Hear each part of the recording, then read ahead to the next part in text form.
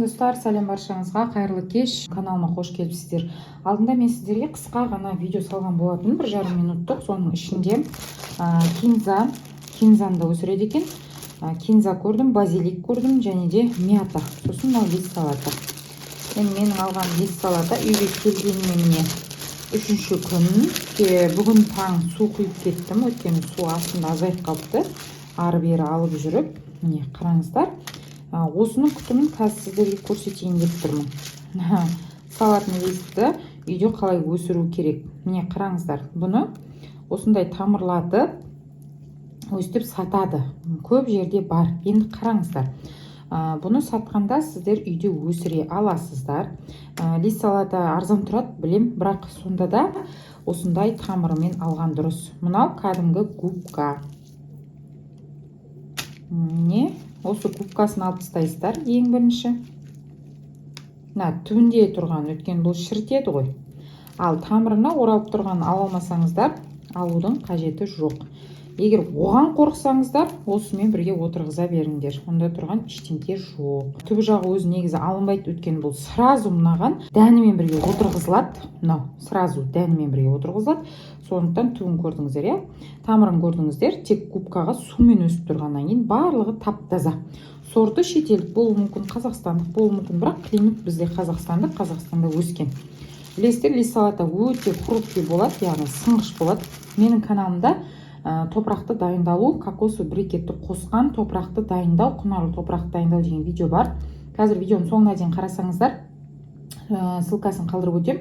Сіздерге өзі шығатын болады, соны басып көресіздер. Болмаса каналыма өтіп іздеп көрсеңіздер болады. Жаңадан келіп жатқан көрермендер, алдымен осындай пайдалы ақпарат алғаныңыз келсе, менің каналыма тіркеліп өтіңіздер. Қазір бізге қажеттісі осындай прозрачный одноразовый стакан. Мен сіздерге әрқашан айтамын, одноразовый стакан үйде болу керек. Гүл өсіретін, дән өсіретін кісілерде. Міне мына жерге дейін 300, мына жерге дейін 400. 0,5 деп қойыпты, қатты толтырса 5. 0,5 баклажканың көлемімен бірдей. Сол не үшін топырақты айтып жатырмын? Сол дайындаған топыраққа ешқандай астын теспестен.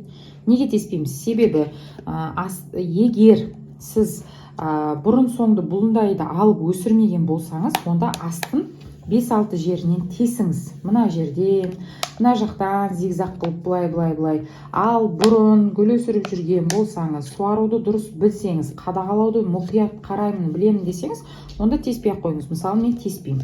Сол топырақты айтқан себебім, сол дайындаған топырақ, кішкене кокосовый брикетін көптеу қостым, жеңілдеу болсын деп. Сол топырақты астына салып, осындай стакан жақсы маған. Неге? Ода барлық тамырларының барлығы көрініп тұрады, біріншіден. Екіншіден, суарып жатқанда су қаншалықты мөлшерге барғаны да көрініп тұрады. Міне, осылай аластардан мына тамырын орналастырып, үстіне топырағын сеуіп, қатты сеппей, осылай кәдімгі букет гүл қылып отырғыза бересіздер. Бұл біріншіден. Екіншіден, бұл ашылып, қалай өседі? Бұл мына ортасында мына жас өскен тұр ғой, міне осылар үлкен болып өсіп, ары қарай өсіп, сізді қуанта беретін болады. Егер күтімін жақсы жасасаңыз, суару режимін жақсы жасасаңыз. Сосын бұл жарық жақсы көреді. Күн түсетін терезеге қойсаңыздар тіпті жақсы. Жаздың күні аулада өсірсеңіздер болады. Міне қараңыздар, мынау 50% салдым. 0,5 стаканның 50%-ын салып, осылай тамырын орналастырасыздар да үстіне топырақ саласыздар. Үстіне топырағын салдық. Сондағысы, міне көрдіңіздер ме, тамырлар осылай көрінеді. Енді бұл тамыры ары қарай әдемі өсіп, жағдайын жақсы сезінген, осыдан көріп отырамыз. Құмыра қажет емес. Тек 20 теңгелік, 30 теңгелік осындай стакан аласыздар, құнарлы топырақтарыңызды аласыздар да осылай отырғызып қоясыздар. Енді екінші вариант бар. Тура осындай кішкентай 0,3-тік 300 мл стаканға алып, ешқандай топырақ салмай таза өсірем десеңіздер, жаңағы губкасын алмайсыздар. Губкасын алмаған күйінше тамырға осы жерге орналастырасыздар біріншіден. Соны бүйтіп алып қоясыздар да орналастырып. Өстіп ішіне сақ қоясыздар. Мына жапырағымен ішінде салынып тұрады. Болды, иә? Сосын бұл ішінде салынып тұрған кезде жапырағымен аптасына 2 рет су құйып тұрасыздар. Губка тез суды ылғалды жақсы алып тұрады. Бұл ылғалдылықты жақсы көреді мынау тамыры. Егер топыраққа отырғызбай өсіретін болсаңыздар, аптасына 2 рет суарасыздар. Топырақты өсіретін болсаңыздар, аптасына 1 рет суарасыздар. Бұл қазір көктемгі уақытта, жаздың уақытында аптасына 2 рет, 3 рет суара беруге болады. Ылғалдылықты тамыры жақсы көреді, сондықтан тамырын қатты құрғатып алмаңыздар. Ылғалдылық 60-70%-ға дейін ұсталынып топырақта тұру керек. Бар күтім осы. Қолда өсіретін болсаңыздар, дәннен де өндіріп алып, жаңағы губкаға өсірсеңіздер болады. Губкада ол мынандай жапырақтары қараймайды, мына жақтары тез түшкіш болмайды, өскіндерін тез береді, сондықтан губкада өсіреді. Егер сізде таңдау тұрса, тамырмен, тамырсыз, тамырмен алыңыздар, ақшасы қымбат демеңіздер.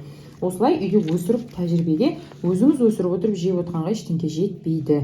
Егер бұны үйде өсіргілеріңіз келсе, бұны еще тағы да дәнектен кәдімгі ауласына өсіріп лис салатаны ала беретіндер бар. Бірақ лис салата қатты таяқ сияқты болып кетпеу керек, сортына да қараңыздар.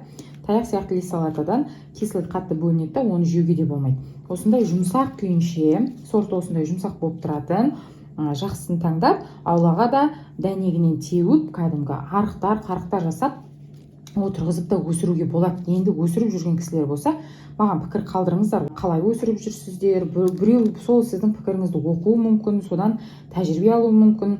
Жалпы маған айтатындарыңыз болса, пікірлеріңізді барлығын жазып, осылай жасай берулеріңізге болады. Келесі видеода кездескенше қош сау саламатта болыңыздар.